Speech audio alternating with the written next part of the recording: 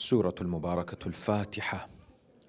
بسم الله الرحمن الرحيم. الحمد لله رب العالمين الرحمن الرحيم مالك يوم الدين إياك نعبد وإياك نستعين اهدنا الصراط الذين أنعمت عليهم غير المغضوب عليهم. أعوذ بالله السميع العليم من الشيطان اللعين الرجيم. بسم الله الرحمن الرحيم. ولا حول ولا قوة إلا بالله العلي العظيم. الحمد لله رب العالمين. الحمد لله والحمد حقه كما يستحقه حمدا كثيرا. وأعوذ به من شر نفسي إن النفس لأمارة بالسوء إلا ما رحم ربي. والصلاة والسلام على أشرف الخلق وخاتم الأنبياء وسيد المرسلين سيدنا وحبيب قلوبنا وشفيع ذنوبنا أبي القاسم محمد. اللهم صل على محمد وآل محمد وعلى أهل بيته الطيبين الطاهرين المعصومين المطهرين المكرمين. ولعنة الله على أعدائهم أجمعين من أول يوم ظلمهم إلى قيام يوم الدين.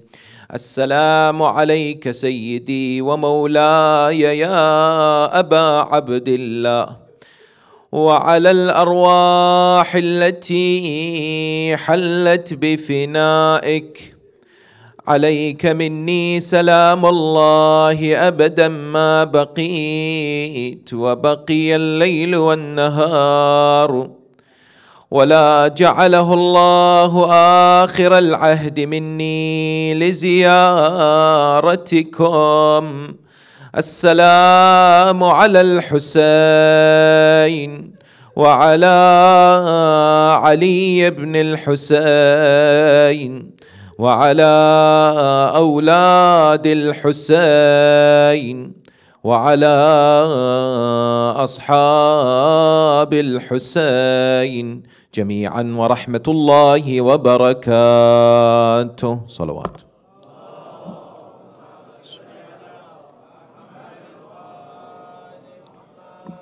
قال الله العظيم في كتابه الكريم وهو أحسن القائلين وأصدق الصادقين: بسم الله الرحمن الرحيم. فبشر عباد الذين يستمعون القول فيتبعون أحسنه أولئك الذين هداهم الله وأولئك هم أولو الألباب. آمنا بالله.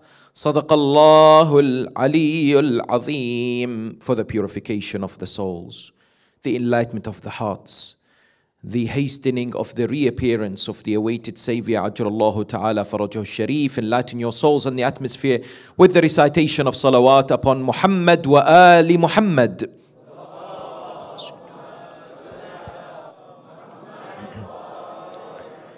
Respected elders, sisters and brothers, Salamun alaykum wa rahmatullahi ta'ala wa barakatuh.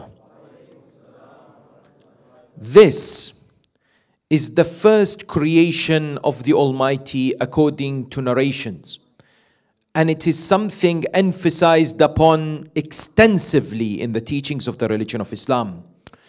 It is what makes human beings stand out from the other creations of the Almighty, and its application, its utilization, is a matter of controversy, discussion and doubt when it comes to Islamic law. The intellect or the aql and its role in Islamic Sharia has been the subject of question amongst a number of people, especially the youths today. In the idea that some have come forward and asked, does Islamic law make sense? Is it logical? Is it rational? Can we deduce Islamic law using the aql, using the intellect? These are important questions being posed by many people in different situations and scenarios. The recognition that of course emerges at the outset, and that is, when it comes to this subject, it's created some kind of doubt and confusion. Why? Because people have come forward and said, we don't seem to understand why there are some laws in a particular manner in the 21st century. Meaning, they say perhaps these laws were applicable at the time of the Prophet of Islam and the Ahlul Bayt. But today, shouldn't they be changed according to modern times? According to the current way of thinking? Shouldn't intellect have a role today to somehow change these laws to fit in society? For example, they come forward and ask, when it comes to the role of women in Islam, shouldn't there be a change in the ruling which allows, for instance, women to have the right of divorce in all cases in a marital relationship? Some come forward and say, why is it that women get half of the inheritance when it comes to what? Men, and men get the double? There are those who've come forward and said, you tell me that at the moment I leave Leicester and I am residing here in this city, I must calculate 14 miles from the parameter of the city. The moment I extend and I go out of 14 miles, I become a traveler. Thereafter, I have to break my fast. I have to pray qasr. Some have come to me personally and said, this doesn't make sense. Because today, traveling 14 miles from a city is not considered traveling. Many of us travel more than that in our day-to-day lives, perhaps. Therefore, this is of great importance. This question must be tackled in depth and requires your patience. Because today we have constructed our worldviews based on opinions around us. What do we mean? We are bombarded by thoughts. We are bombarded by images. We are bombarded by statements. We pick up online or on television, or people that we know. Sometimes we become die-hard in their defense. I recall, of course, discussions are taking place between mu'mineen this day and age, between those who support COVID vaccines and those anti-vaxxers. Many are passionate when they present their arguments without a shadow of a doubt. Sometimes, however, what happens is we become diehard, or our ideas become heavily influenced by others, and we begin to construct our own image or opinion regarding certain matters. I have seen certain people who have come forward and are now convinced Islamic law doesn't make sense. It cannot be in any shape or form acceptable because it doesn't go alongside rationality. It's illogical, it's irrational. And that's why they say it's difficult to speak to non-Muslims about Islamic law. How can I explain Islamic law to a person who does not believe in Islam? Because today the world speaks through intellect. The world presents evidence through rationality. How is it possible that Islam would fit? And I tell you, there is another dimension of this confusion. There are many who say, I have heard from the minbar, speakers and ulama say, everything in Islam makes sense. Have you heard this? There are majalis who come forward and say, everything within the teachings of the religion can be deduced through rationality. The aql can derive everything within Islam. Islam is a religion that makes sense. They come forward and say, how is it possible when I am not able to figure out why Salah of Fajr is 2 rak'ats and Maghrib is 3? Why is it that I have to go around the Kaaba 7 times? Why is it that I have to, for example, pay khums 20% and not 10%? These things don't make sense to me, yes? There is a term today that is referred to by many as what? Generation Y. What does that mean? Does that mean they ask a lot of questions? Most of us think that's the reason. Actually, no, it's because generations have been given titles. Those who are born from, for example, 1981 to 1996, in that period, are known as Generation Y, yes? Known as millennials. Without a shadow of a doubt, them and Generation Z today have a lot of questions about this. It is something that's really bothering them. I've had discussions with youth and others. It's something of grave concern for them. They would like to know a little bit more about this so that their faith intensifies, so that they are stronger. Many times it's innocent questions. We shouldn't dismiss their worries and concerns regarding Islamic law, regarding Sharia law, regarding fiqh and jurisprudence. It's a mistake to say to a child, don't ask these questions. It's a mistake to push them, but rather engage in discussion and debate. And that's why it is of the utmost importance that this topic is discussed and analyzed through a number of essential questions. Number one, what does Islam say regarding aql? In order for us to understand what are the main aspects of the definition of aql. Number two, what does the school of Ahl al-Bayt say regarding the role of aql compared to other schools within the religion of Islam? Number three, does aql have a role, intellect, when it comes to deducing beliefs, doctrines, usuluddin? Number four, what about its role regarding sharia? Where does aql sit in the discussion of deriving laws, halal and haram, in our day-to-day lives? Number five, very important question. Does marja'iyya and taqleed nullify the use of the intellect? And number six, how does Karbala and the eternal stance of Sayyid al-Shuhada come forward to emphasize the role of aql, especially amongst a group of youth headed by the eternal son of Sayyid al-Shuhada, Ali al-Akbar, salawatullahi wa salamuhu alayhi.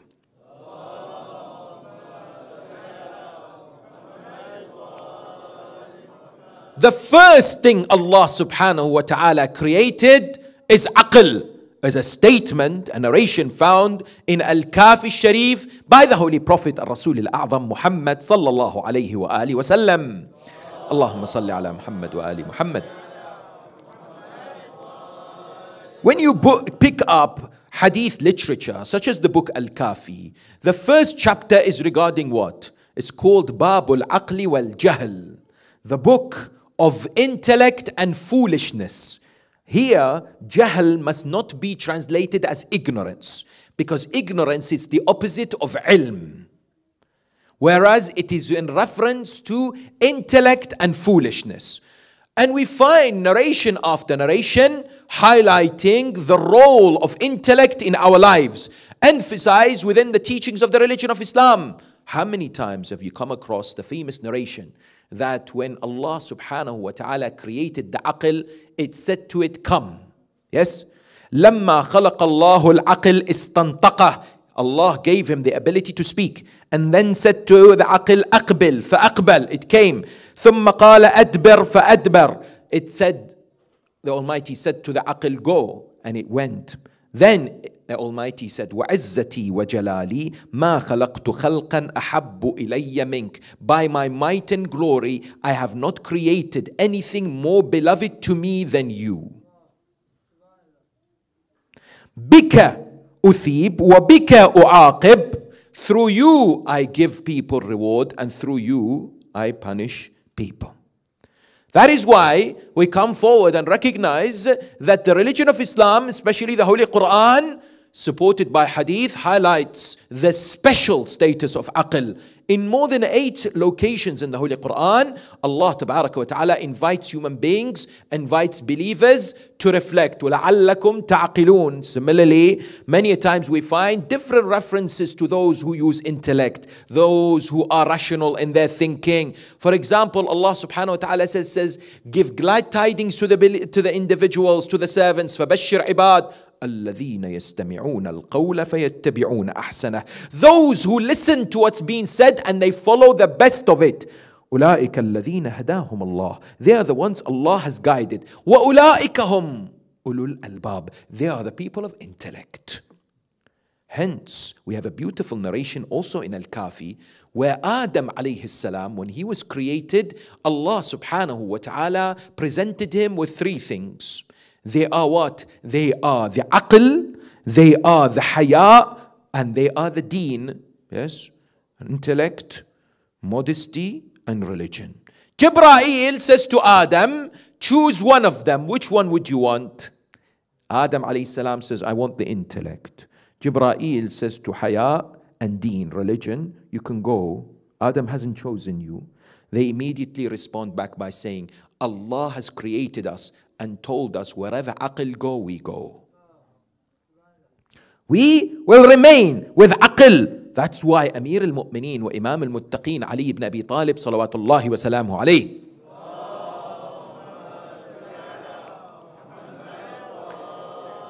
in a narration that arguably most of us have come across, but it's important to remind ourselves, and that is when he comes to distinguish between the human beings, the angels and the animals. He says Allah subhanahu wa ta'ala created the animals without intellect, but has given them desire. And has created the angels with intellect but without desire. And has created human beings with intellect and desire. Therefore, the human being who utilizes their intellect much more than their desire will become better than the angels. And the human being who allows their desire to overpower their intellect becomes worse than animals. Yes? Hence, the recognition that emerges is it occupies a very important special position within the religion of Islam. Very well. What is the definition of intellect in Islam? Someone says, what is the aql? Is it the brain that is physically present within us? It is defined as the faculty of intellect in which the human being is able to understand and decipher between that which is good and bad. However, in the religion of Islam, aql has a bigger, deeper, more profound definition.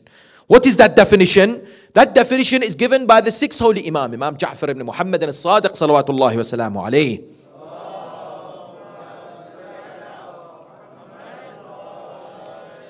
Famously, he says, Al-aqlu ma ubida bihi ar-Rahman wa iktusiba bihi al-jinan. Aql is that which enables you to worship Allah and attain His reward. So, it is a hujjah. It's a proof of Allah over you and I. It is a means by which we are able to establish the truth. Means by which we can attain salvation. And that is essentially what aql for you and I is. It is a way to discover Allah subhanahu wa ta'ala, the creation of Allah subhanahu wa ta'ala. That's why the aql is known as the inner prophet. Allah tabarak wa ta'ala has gifted us with the power of the intellect to be able to reach the truth, to be able to discover that which is what? That which is righteous. And therefore the aql serves as the fulfillment of the objection or the object of the creation. Why have we been created? Allah subhanahu wa ta'ala has created the aql so that we can reach the goal of creation. Very well. However, when it comes to Islamic schools of thought, they differ when it comes to looking at aql and its relationship to Islamic teachings. Please understand this so they can see how the school of Ahlul Bayt differs. You have the Ash'arites, theological school of thought. Our Sunni brothers and sisters, majority of them around the world today, follow the Ash'arite school of thought. The Ash'arites say very well, aql is highly emphasized in the Quran. Yet, when it comes to Islam specifically, when it comes to matters associated with doctrines and law, there is a very limited role for aql, they say. Because whatever God says has to be materialized, irrespective of whether it conforms to intellect or not. What do we mean? For example, they say oppression through aql is wrong. Zulm is wrong. What is defined as husn and qubuh, what is good and bad, usually the aql is able to deduce what is right and wrong as far as some major aspects in the world is concerned. They say no. God the Almighty can place Iblis in Jannah. That is their conclusion.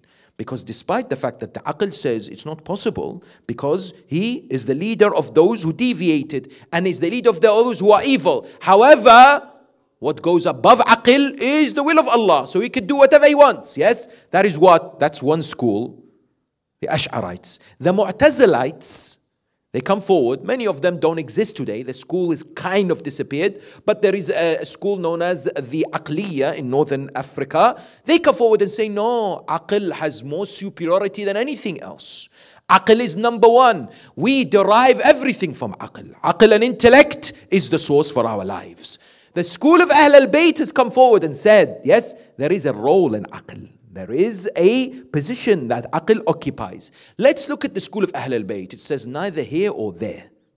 Neither the Ash'arites or the Mu'tazilites have got it right. There is a middle ground as far as the role of rationality within the teachings of the religion of Islam. Number one, they say, when it comes to aspects associated with presenting our teachings, presenting the knowledge of the religion, Islam has shown us, Quran and Hadith has shown us the valuable role of aql to spread teachings, to guide people.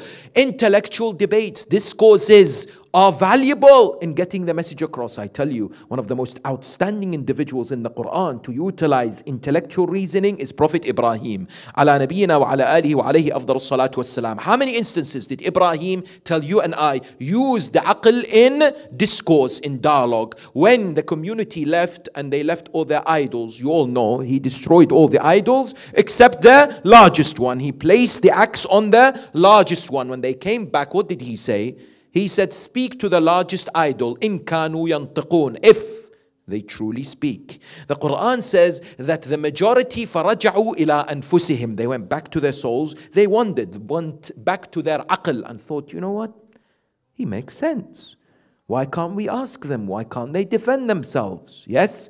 Ibrahim alayhi salam, when he was confronting Namrud said, I can give life and I can take life away. He killed an innocent individual. He says, I am God. Ibrahim uses intellectual discourse. He says, very well, why don't you be able then to bring the sun to rise from the west instead of rising from the east? Similarly, when they said the moon is our Lord, the sun is our Lord, he said what? He said, but the moon disappears, the sun disappears, yes, the stars disappear. He was constantly utilizing intellectual discourses. You look at the life of the Holy Prophet of Islam, you look at the life of Amir al-Mu'mineen, the life of the Ma'sumin, each and every one of them, there are stories after stories highlighting how we should be those who are able to use rationality when it comes to debates. I tell you, when the Quran tells us about Mubahala, the incident of malediction, this was based on intellectual reasoning. Allah Tabaraka wa Ta'ala says, say to those Christians of Najran, إِنَّ مَثَلَ عِيسَى عِنْدَ اللَّهِ كَمَثَلِ آدَمَ. The parable of Isa in the eyes of Allah is like Adam. خَلَقَهُ مِنْ تُرَابٍ وَقَالَ لَهُ كُنْ فَيَكُونِ. He created him from dust and said, be, and it became. That's why in the battle of Siffin, when the famous companion of the Prophet of Islam, Ammar ibn Yasir, Radwanullahi ta'ala alayh, this great individual who's today buried in the Syrian city of Raqqa, alongside Uwais al-Qarani, and the shrines have been destroyed since 2014. Yes. And nobody has rebuilt the shrines. Ammar ibn Yasir was somebody who was martyred in Siffin. When he was martyred in Siffin, those in the army of Muawiyah began to doubt. Why? Because the Prophet of Islam would say, تَقْتُلُكَ الْفِئَةُ الْبَاغِيَةُ. The group of people who have deviated will kill you. So they came. They said to Muawiyah, how is this so? That means we're the deviated group. Muawiyah said, you're mistaken. The one who killed him is Ali, because he brought him to the battle. Look at Amir al-Mu'mineen's utilization of intellect here. Yes, Amir al-Mu'mineen did not come and say to Muawiyah and those people, trust me, I am the representative of Allah. I have to, whatever I say you take. No, he used intellectual discourse, isn't it? Nobody can defeat Ali ibn Abi Talib. Yes, nobody. And this foolish individual thinks that he can. Amir al-Mu'mineen comes forward and says, what? To say to people, if we use this rationality, then it was the Prophet of Islam who killed Hamza, because the Prophet brought Hamza to fight in Uhud. Similarly, the six holy Imam, people would come to him and say, we are creators. He says, how? He says, look, I've put a pile of mud. From this mud, I can create worms. One of the atheists said to him. The sixth holy Imam looks at him and says, very well, where are the worms? He said, look, they're coming out. He said, very well, if you are the creator, I want you to tell the worms to turn this way. Simple. You're the creator. You can do whatever you want. He says, no, I can't do that. It's difficult. He says, very well, tell me how many of the worms are male and how many are female. These kind of intellectual discourses are very powerful. That's why our ulama, when it comes to this, they say you and I have to be what? Have to be tooled with the ability to utilize these in our debates, in our discussions. It's a skill, it's an art. I remember one of the scholars said, I went to Mecca. In Mecca, I was inside the bookshop. Inside the bookshop, I was looking at books of Fadail of Ahl al-Bayt. When I was looking at the books, somebody who was the owner of the bookshop came to me and looked at me and said, what are you looking for? Can I help you? He said, I'm looking for the books that describe the merits of the family of the Prophet. He said, the bookshop owner looked at me and said, you must be one of the Rafidis. Only the Rafidis are interested in the family of the Prophet. He said, yes, I am one of the Shia of Ali and I'm proud of it. He said, you know what the problem with your madhab is? The Shia Sheikh said to him, what is the problem with our madhab? Tell me. He said, you exaggerate the day of Ghadir. The day of Ghadir is just the day in which the Prophet of Islam announced that Ali ibn Abi Talib is his friend. You make it a special day, a great day of celebration. You hold it every year. You hold theological connotations to it. It's a simple day. The Shia Sheikh said to him, very well, I am happy to debate you intellectually and using your sources. Let's sit and I will provide you evidence to show you how important this day is. The bookshopkeeper said, very well, let's set a date and a time. The Shia Sheikh said, my condition is we do it right now. I don't have any other time for I to come back. The bookshopkeeper said, there is a problem. He said, why? He said, I can't do it here in front of everyone in the bookshop. We need to go somewhere. He said, let's go somewhere. He said, I can't. He said, why? He said, because I don't have someone to look after the bookshop. There is no one to sell the books. How can I abandon the bookshop? How can I abandon it? The Shia Sheikh smiles. You all know where I'm going with this? He looked at him and says, you have a few hundred books and you're not willing to leave them other than keeping someone to look after them. You expect Allah and His Messenger to abandon the religion of Islam and not appoint a successor?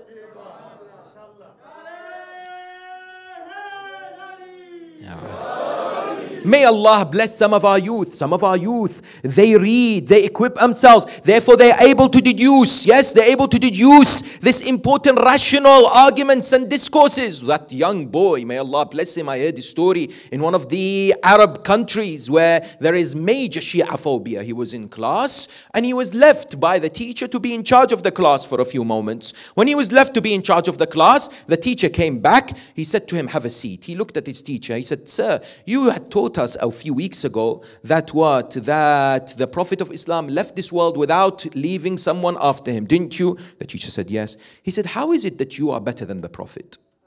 I said, what? How dare you say I'm better than the Prophet? I said, you have a classroom, you went out for a few minutes and you asked me to be in charge of it. That means you're better, you had more vision than the Prophet. He said, how dare you insult the Prophet? You're suspended from school. He sent him to the head teacher. The head teacher said, tomorrow you're suspended, but for me to issue your papers, you come back tomorrow with your wali. With what? Your guardian, that's what he meant. I want the wali that you are in charge of. He comes with you. Next day, he's waiting for the student. This young Shi'i, mu'min, believer, muwali, yes, a young man, enters the head teacher's room. He said to him, where's your wali? He said, here he is. His friend. The head teacher looks at him and says, how dare you, you're mocking me? He said, no, I swear to God I'm not. I am practicing what you and your school have taught us. He said, what do you mean? He said, you have taught us that all this time that man kuntu mawlah means that Ali is my friend. You said to me, bring me my wali. I brought you my friend. This is your teachings. He said, what do you mean? He said, man kuntu mawlah means what? Whomsoever I have authority. You yourself have just told me, bring me someone who has authority over you. Yes. Why is it that you want to apply a word in a particular manner all the time during your life, but in one particular incident, it means friend, isn't it?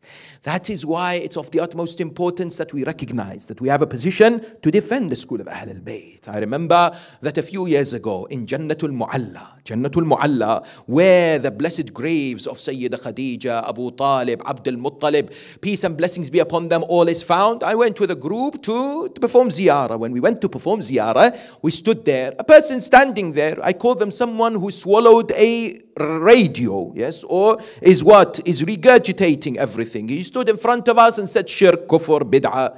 I said to him, let us do whatever we want. He said, you can do a few minutes and remember Khadija only. The rest of them are in Jahannam.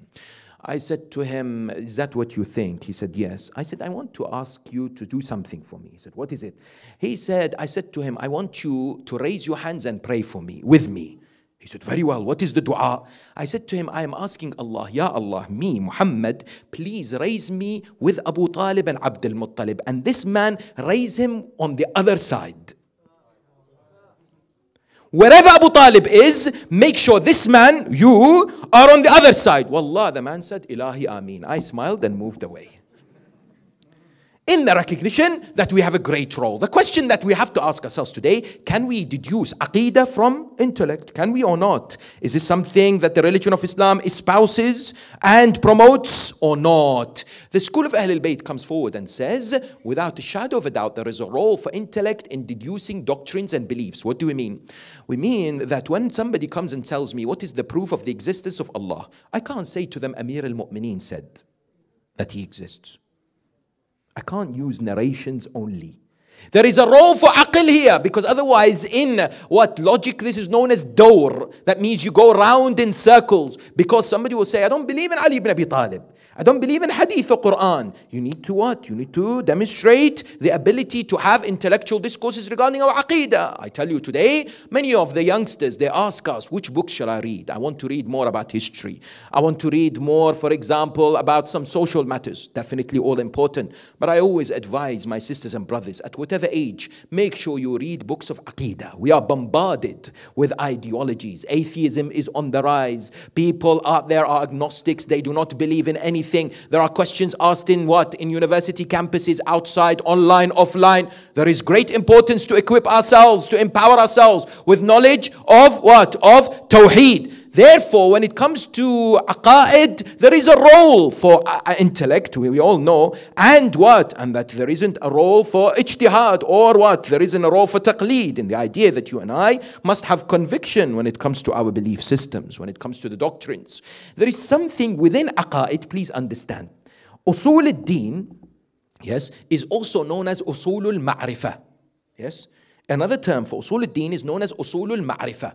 However, when it comes to certain aspects of Usul al-Din, it's known as Furu' al-Ma'rifah, the branches of doctrines. This is not Furu' al-Din, this is different. What do we mean?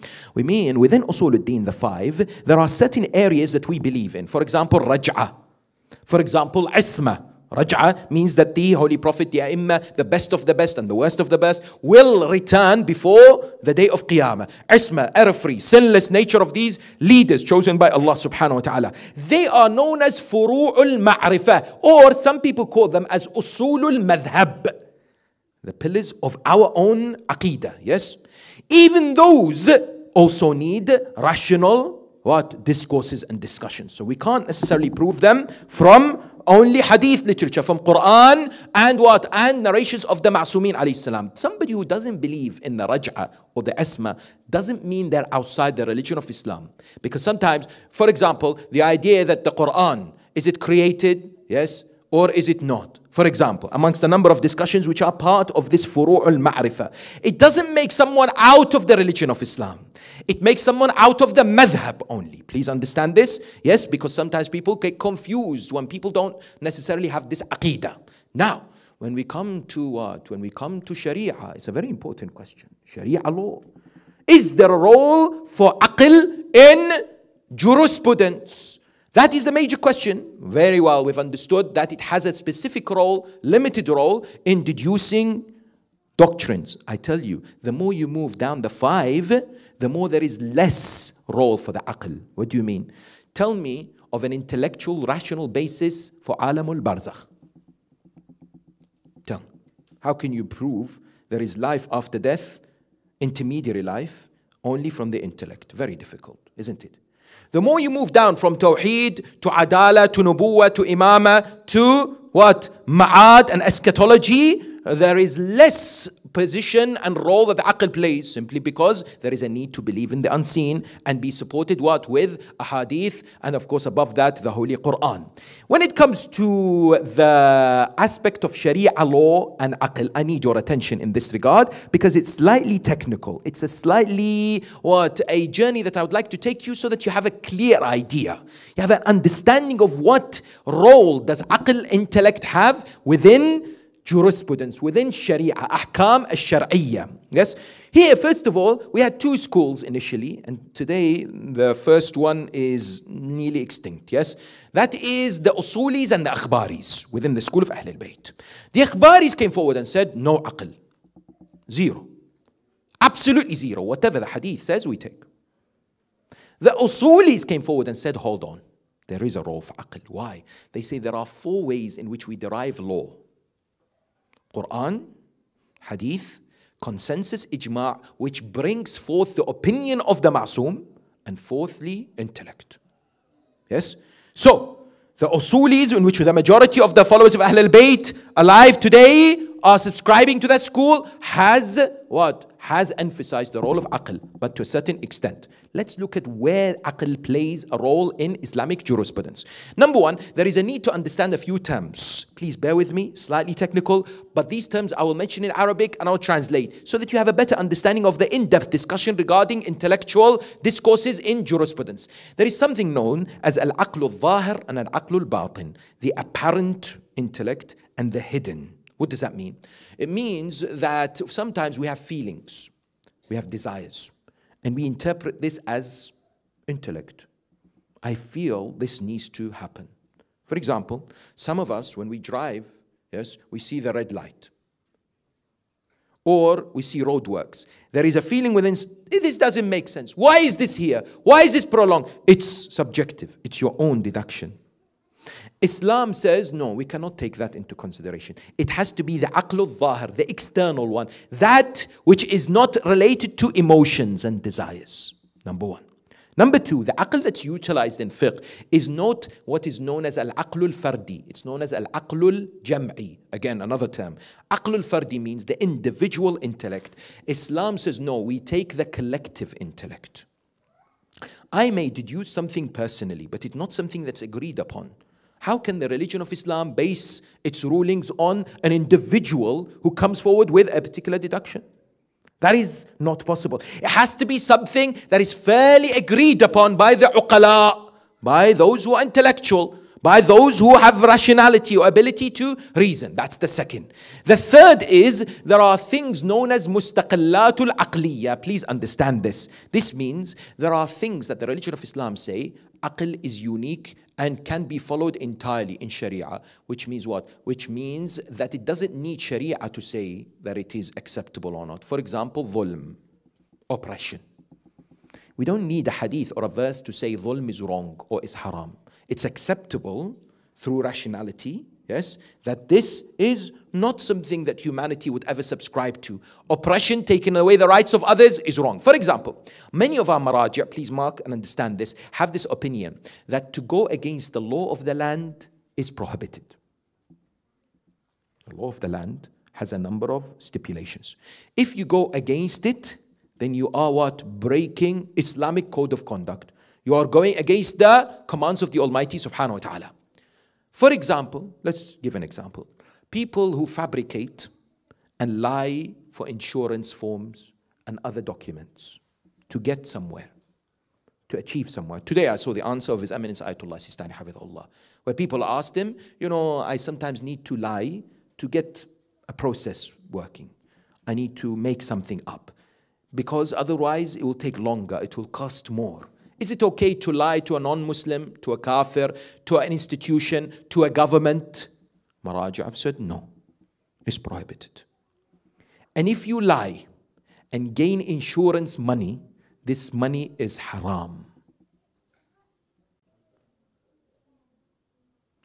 Where is the basis for this ruling? They say it's mustaqall aqli. This is something independent of Sharia. I don't need Sharia to tell me that this particular institution or government that's giving you the opportunity to live and is making laws based on law and order to keep a system in place, number one. Number two, there is the idea that what? You are representing the religion of Islam. You will give the religion of Islam a what? A bad name. Wallah, I remember when I used to practice a pharmacy. Feels like hundreds of years ago. When I used to practice, I used to get this journal, pharmaceutical journal, and I used to look at those who are struck off. And I had this fascination to try and find Muslim names, sadly. How many Muslim names? It breaks the heart. I'm thinking, your leader is the Prophet of Islam, who is as-Sadiq al-Amin. Yet you break laws left, right, and center. You give people medicines without. You do this and that and cheat and Muslim names. Yes? Don't tell me, oh, it might be a Muslim name, but they're now a revert and they're Christian. That doesn't work. In the recognition that what? Sometimes we don't represent ourselves in the best possible way in society. We have a role. Yes, we have a role. I am not representing myself as Muhammad in the United Kingdom or wherever I live. I represent Rasulullah and the Ahl al-Bayt, whether I like it or not. And sometimes, wallah, our behavior leaves a lot to be desired. Muharram is about change. Muharram is about shedding those behaviors. Our neighbors, in schools, with institutions, wherever we are, we have to be exemplars. We have to be individuals that the Imam of our time is pleased with, to say that yes, they're representing me well. You can't say, I have nothing to do with this. I can represent myself. You don't have a choice, with all respect. Some people say, no, don't put me in this equation. Don't put me in this ummah. The fact that you are a Muslim and the fact that you are a lover of Ali and the lover of Hussein and the follower of Ahl al-Bayt, then you wear that badge of honor with pride, but with discipline. Yes, recognizing that there are many things that you have to keep in mind. Yes, that is what's known as mustaqallatul aqliyah. The other final thing that we have to answer is, or the role of aql in Sharia law, is what's known as al-mulazamatul aqliyah. Things that come with the law. Please understand this. For example, Islamic teachings say Hajj is wajib. But Islamic teachings don't need to tell us what is wajib is to find a plane or a means to get to Hajj. This is what the intellect derives. So Islam doesn't need to tell us what facilitates that which is wajib. When it says that salah is wajib, there is no hadith or, for example, ayah that says make sure you go and buy a prayer mat, or make sure that you, for example, find a place. Doesn't need to tell you that. These are muqaddamat. These are the preludes to that which is wajib. This is where aql plays a role in Sharia law. Outside of this, there isn't a role for aql. Someone says, whoa, hold on. What do you mean? What about all that we've spoken about? Examples that you particularly gave regarding laws attaining to females, regarding salah, regarding hajj. Here's what the position of the religion of Islam is. Allah subhanahu wa ta'ala has created us with the capacity that is limited, that is unable to derive the reasons behind laws, and unable to come to the conclusion as to what is good for us and what is not. Yes, intellectually that makes sense, without a shadow of a doubt. Meaning what? People say, I'm not able to practice that which I can't understand. Prove to me. Someone came to me in America and said, prove to me through aql only why I have to wear hijab. If you don't, I will not wear hijab. There is a limit that I can reach with that particular sister, isn't it? Limit in what sense? I can discuss the fact that Allah subhanahu wa ta'ala has created the element of beauty, that the hair is attractive of the female, that what, this and that. But she would turn around, that she did, and say, you know what, I don't want to tell you this, but I'll tell you, mashallah, there are some men out there. In the recognition that sometimes people say, I am desperate, I will not follow Islam until you prove to me. I respond as a student of Islam based on our understanding of the teachings. We do not need to convince you. What happened to submission and ilm bil ghaib? Yes. What happens to recognizing that Allah subhanahu wa ta'ala is making us go through a journey in life? There is a problem out there because people think, I have to know the reason. The generations are being fed that if I am not convinced, I will not practice. That is a fallacy. Why do we need to be convinced? In regards to Sharia, I'm talking only, not Aqidah. I'm talking about laws, fiqh, jurisprudence. Why is there is desperation to be able to know the background behind the ruling? If you want to know, no problem. We can present the hadith, we can present the ayat, Quran, it's there. Maraja have discussions. If you want to have in-depth analysis, come to Hawza and you will really enjoy the 30-40 years that the Maraja spent to derive laws. Come, Bismillah. No one's stopping you. But don't come to me without any background in Hawza and say, this ruling, nah, doesn't make sense to me. I won't practice it. Khoms, what is this? What is that in this? Audacity today, you know, if we have a barometer with audacity against Allah and His Messenger, arguably today we have the highest rank I have seen of people being audacious against Allah and His Messenger and Ahl al-Bayt. Because simply they say the argument is, we must be convinced. That argument has no basis. Yes, we must be of those individuals who recognize we have a responsibility, we have a role. There is a limited role of aql in Sharia law. The others, there is a role for what? Marja's. Somebody asks, but hold on, taqleed. It suspends my ability to think for myself. I want to think for myself. Why should the marja' tell me what to do and I have to follow blindly? Am I sheep? There are those who have said marja'iyya nullifies the aql. How do we respond? Marja'iyya and taqleed is 100% supported by aql. Why? I tell you, look at the Islamic laws and how difficult they are. You and I will come to the Quran. Allah subhanahu wa ta'ala says in the Quran, you can marry 2, 3 or 4. But also says in the Quran that you should not marry 2, 3 and 4. Which one shall I take? When you look at the world of hadith, there are many hadith that are contradicting. Some said that the basis of taqiyya, for example. Some said they have to be understood in a particular way. Somebody like you and I, who has not been an expert in Islamic sciences, is not able to derive laws easily. Is not be able to construct their own sharia guidelines and jurisprudence. Yes? Taqleed and marja'iyya, what does it do? It lifts from you and I the responsibility. It liberates us. It emancipates us. It's a gift from Allah. It's a source of mercy from Allah. Do you know how it is? Someone says, but Maulana, I don't agree with you. I said, why? He said, how do I know that this ruling of Ayatollah X and Ayatollah Y is truly what Allah wants? I said to him, why do you need to know? You won't be held accountable for it. It's the marja' who will be. We have this fascination. Oh my God, but this ruling doesn't make sense. But for example, let me give you an example. There is every year, twice in the year, we have battles within the Shia world. Moon sighting and Azadari. Every year we get ourselves ready. Yes? Moon sighting, there are those who come and say it doesn't make sense to me. Why? They say, why does the marja' have to see, or the people have to see it with their naked eye? I don't agree with this marja'.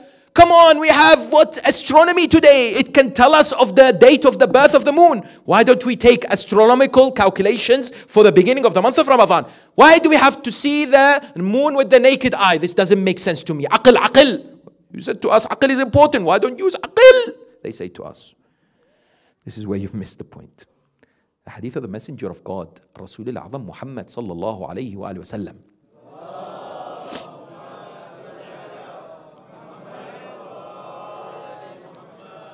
Is what? Sumu li ru'yatihi wafturu li ru'yatih. Start the fast when you see the moon and end the fast when you see the moon. He didn't say start the fast when the moon is born. So my responsibility is not that I have to establish when the moon was born. My responsibility, according to hadith, is when I see the moon. Note the difference. Therefore, this fascination that, yes, no problem, there are usages of astronomy and calculations. Our ulama are using it today, yes, to identify where the moon can be sighted. There are some who differ from others. No problem. I'm not going to the depth of the moon sighting debate. What I'm trying to say is people, unfortunately, misunderstand the ethos behind Sharia. They think through themselves that it has to be this way. And if it's not this way, I will not practice it. It doesn't have to be that way. It's in the way that is presented and it has to be accepted. Listen to this story from the life of the holy sixth Imam, Ja'far ibn Muhammad salawatullahi wa salamu alayhi.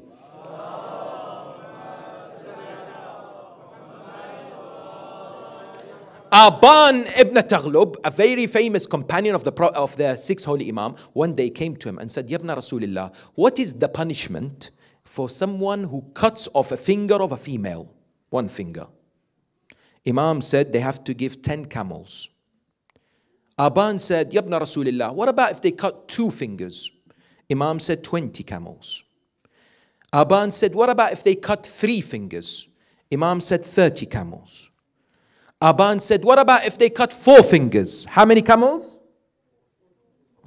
Yes? 40? Imam said 20 camels. Aban said, that doesn't make sense. You said 1 finger, 10, 2 fingers, 20, 3 fingers, 30. Now, 4 fingers, you say 20? How is that? Explain to me, doesn't... Imam said, mahla, ya Aban. Wait, chill out. Take a chill pill, yes? In other words, paraphrasing. أخذتني بالقياس. You want to compare Islam or make deductions in Islam through conjecture? وَإِنَّ السُّنَّةِ إِذَا قِيسَتْ يُمْحَقُ الدِّينِ. If teachings of the Prophet and the Ahl al-Bayt go by conjecture and based on aql, religion will be obliterated. Would go. In other words, you may not deduce why 4 fingers equals 20 camels. Imam is saying to him, submit. Imam is saying to him, there is a test for you there. You may not deduce it from your aql, yes? That's why, yes, the recognition today is Islamic law is much easier than what you and I think. We make it more complicated. Let me give you an example finally. There are people who come forward and said there is a struggle when it comes to eating food of non-Ahlul Kitab. A common question we get, isn't it? Yes. Our friends who are Hindu and Sikh and others, they come forward and say, what do we do? Yes, some of us have been told that, my neighbor presents me samosas or this other food that they have cooked, and I look at them. I go through emotional roller coaster, they say. I look at the samosa and say, Allahu Akbar. This vegetarian samosa would taste very nice. But I look at the person and I say, Allahu Akbar. Why is the marja' not allowed to take from you? Emotional roller coaster, It's very painful, very difficult, needs a masiba. So sometimes when I look at this, they say, what do we help us? Since when did the maraja' tell you you're not allowed to eat this food? You say to me, whoa, new ruling, mashallah, worth coming for the majlis for? Did we say new ruling? No. Sometimes, yes, we begin to think and question the rulings and we think it's not rational and we deduce that we must not follow it. When it comes to this, I remember a story at the time of the Holy Sixth Imam that, one day a man came to him and said, Ibn Rasulillah, I had a bowl of milk in a room. Then I went out. Then I saw a dog. He came out of the room and his face was full of the milk. So is the milk najis or not? What do you think? Aql tells you what? Najis? Imam said it's not najis. The man said, whoa, that doesn't make sense. Imam said it's not najis. He said, I'm finding this difficult to take. Imam said, very well. Later, that same man, yes, was walking in the street and he saw somebody who's being killed. He had just slaughtered a sheep, so there's some blood on his shirt. He saw somebody's being killed. He knelt down. He saw the blood. He tried to save him. People rushed. They said, you've killed him. He said, no, I didn't. They said, yeah, there's blood on you. He rushed to Imam al-Sadiq and said, help. Imam said, now you can see. So what do you mean? Did you see the dog have the milk or not? I didn't see. Then Islamic law says it's tahir. When it comes to food cooked by our Hindu friends or neighbor, did you see them touch the food with their wet hands? No. Do you need to ask? No. Then Bismillah and eat as long as it's vegetarian. Why is it that we complicate religion? Yes. Some people say, I go to a restaurant. What happens if the chef is what? Hindu? I say, do you know for a fact? They usually touch it with their wet hands. Usually is not enough for fiqh. You have to see it with your own eyes. Someone says, but what shall I do? Go and ask? Don't ask, ya habibi. Why are you putting yourself in the trouble? Don't ask. Yes, as long as it's vegetarian, or if you are certain that they've got the meat from a Muslim source and it's halal, then you eat it. Yes, we make religion much more difficult than it is. That's why when we come to Karbala, we recognize that the school of intellect was victorious on the 10th of Muharram. No doubt. No doubt whatsoever. When we analyze the words, the statements of Sayyid al-Shuhada, Aba Abdullah al-Husayn, salawatullahi wa salamuhu alayhi.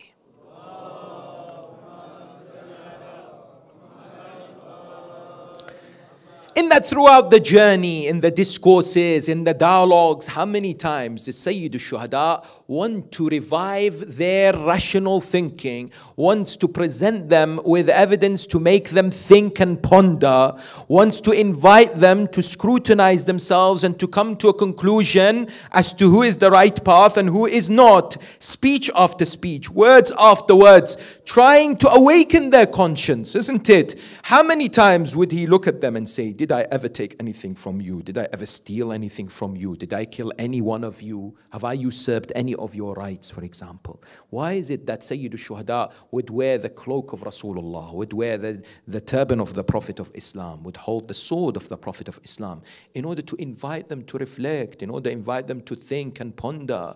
Many of his statements, many of his speeches and sermons made on the day of Ashura, before the day of Ashura, they're very powerful. Sometimes you think, why are these people who are so blinded to the truth? How can they perpetrate such heinous crime despite all the evidence that's presented before them? He would hold the letters and say, didn't you invite me to come to Kufa? Aren't these your signatures? Ask these companions of the Prophet, Jabir ibn Abdullah al-Ansari and others, who am I? What is my background? Who is my father? Who is my mother? Yet of course, they were what? They were defiant in the path of shaitan. And I tell you, a group of people on the 10th who were at the peak of intellectual thinking and discourse were the youths of Karbala.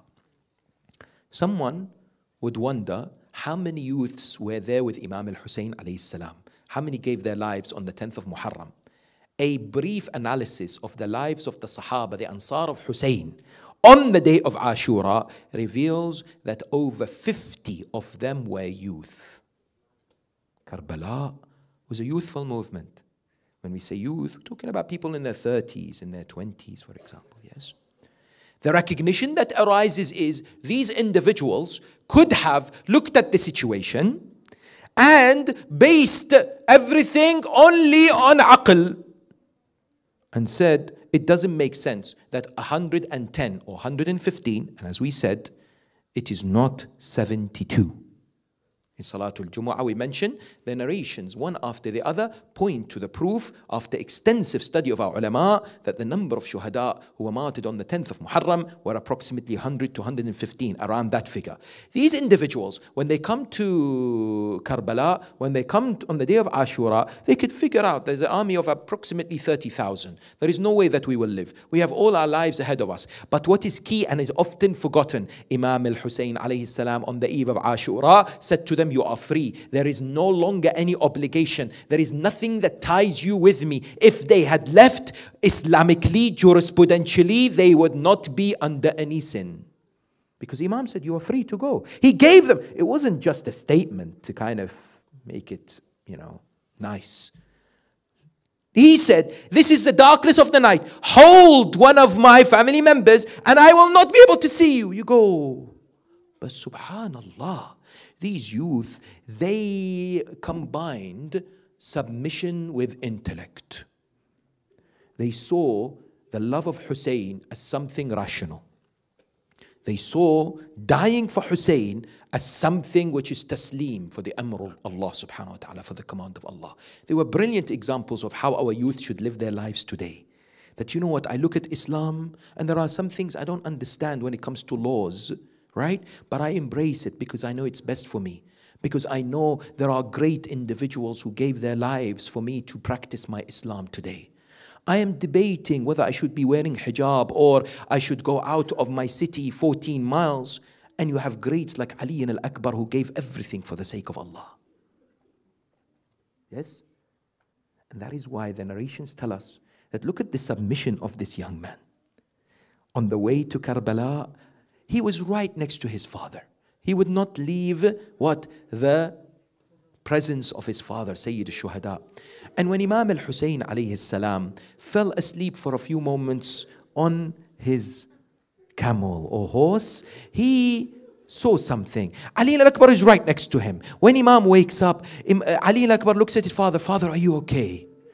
I tell you, just that highlights Ali al-Akbar's intense love, not only because his father is Hussein, not only because his father is Sayyid Shababi Ahl al-Jannah, but because his father is the proof of Allah on this earth, yes, is the master of the time, yes. And so he looks at him, he says, Father, is there any way I could help you? Is everything okay? He said, my son Ali, I've just seen in my dream that death is approaching towards us. Look at the answer of Ali al-Akbar. He says, Father, Aba Abdullah, we are not in any shape or form fazed by this because we don't care if we go towards death or death comes to us. How beautiful is an answer of a son to a father. Imam with no shape or form is questioning this, but he wanted you and I to know the excellence of Ali al-Akbar. And it's argued that on the day of Ashura, one of the most painful moments for Sayyid al-Shuhada was when he saw Ali al-Akbar in front of him. No father would want to send away his son to be slaughtered. And Aba Abdullah demonstrated the greatest form of submission. Because when it came to Awn and Muhammad, when it came to the sons of Abbas, when it came to Qasim, he tells them, please, you go back. But for Akbar, he said to him only one thing. Do you know what he said to his son Akbar? He didn't say go back. He said, my son, I would like to ask you one thing. He said, yes, father. He said, I would like to hug you.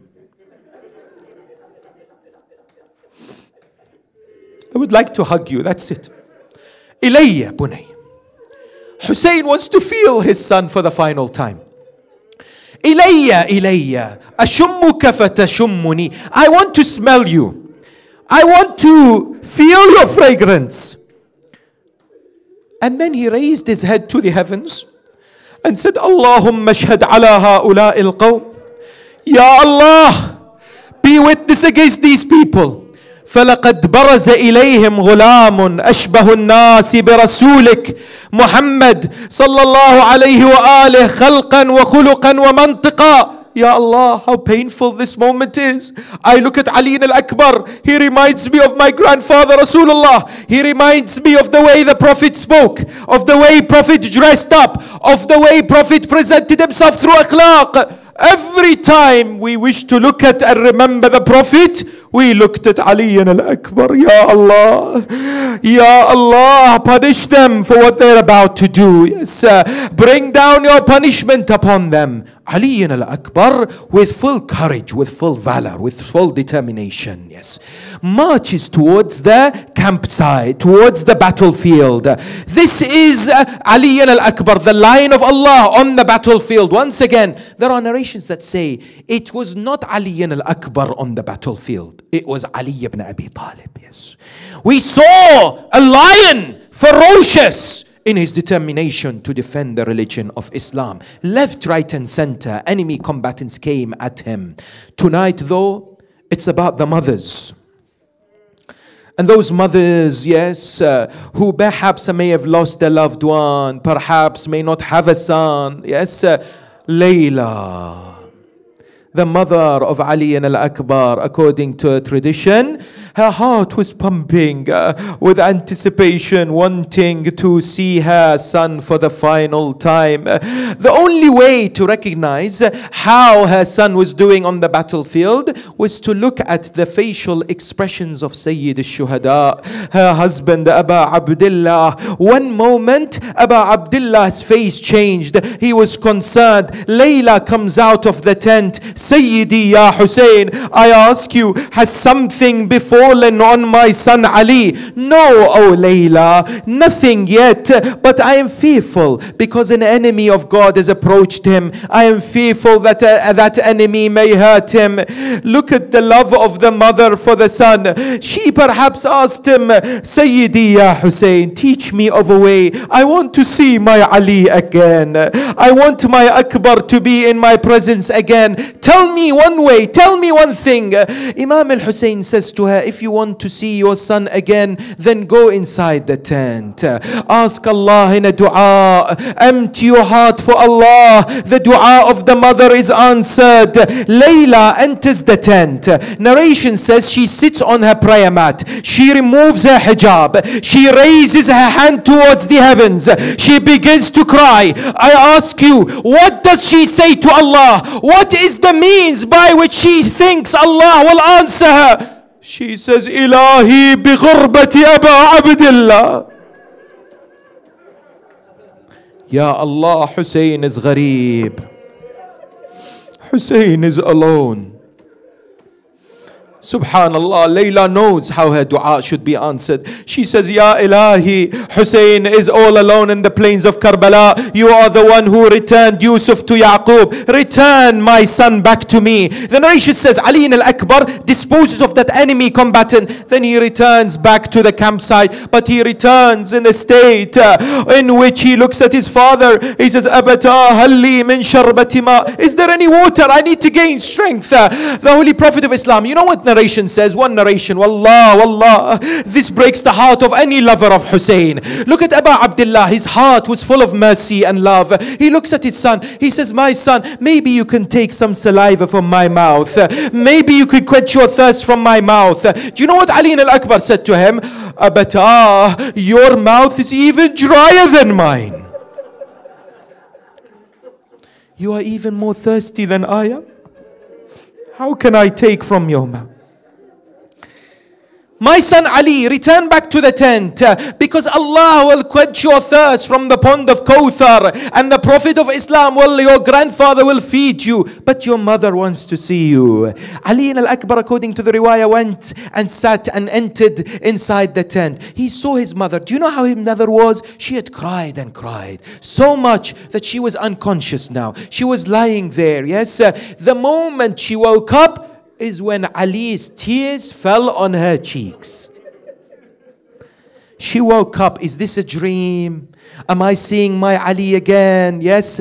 His mother is looking at him. He is looking at her. This is the final wida. Do you know what Layla said to Ali al-Akbar? She said to him one thing, yes, that we know in riwayat. She said to him, my son Ali, I want you to do one thing for me.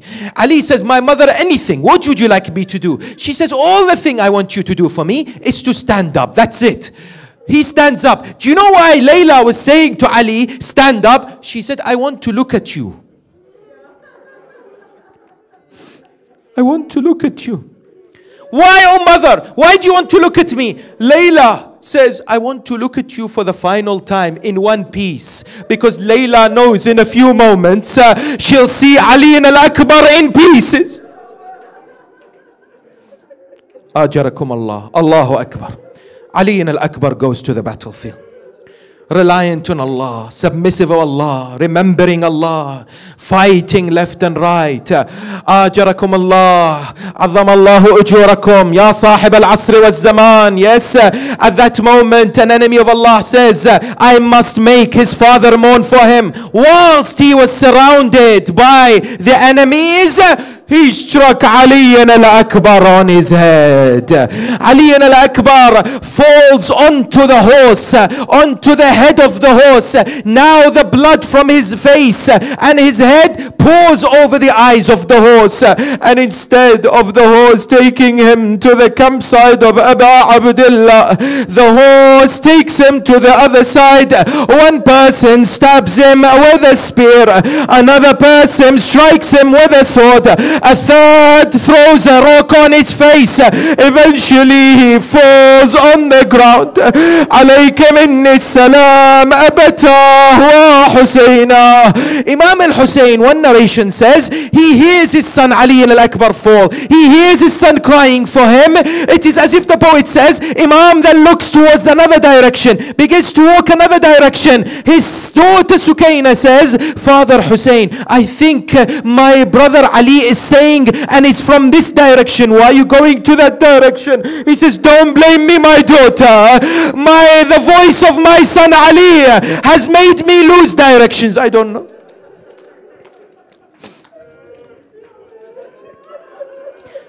He walks towards Ali al-Akbar.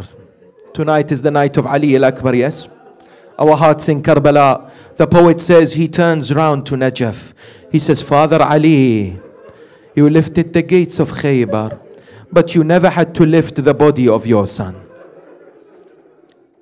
He reaches where Ali al-Akbar is sitting. He looks at his son in that state. Wallah, how can a father look at his son in such a manner? Yes. His head split, blood everywhere, his body torn into pieces, his final moments in this life. He sits next to him and he says, Ya Bunay Ali ala dunya ba'daka al-afa. What is the worth of this dunya after you? You call your father and I can't help you, and now I am next to you and I can't save you. What is the worth of this dunya? But that moment, Ali al-Akbar is about to breathe his last. He sees something that Abu Abdullah is wondering what is happening. Ali al-Akbar somehow looks towards his right and smiles, and looks towards his left and is in the state of grief and sorrow. In his final moments he says, Father Abu Abdullah, on my right is Rasulullah. He has just quenched my thirst from the pond of Kawthar. Ajarakum Allah. I say to him, Ali al-Akbar, how did you have the strength to say the following lines? He says, on my left is my grandmother Fatima. I could see what she's doing. She's slapping her cheeks. She's saying, Wa Husayna. The poet says, it's as if Abu Abdullah would say to his son Ali, I ask you to tell my mother Fatima, you can cry for me, mother. You can cry for Abbas. You can cry for Qasim. Cry for my Asghar. I beg you, mother, don't slap your cheeks.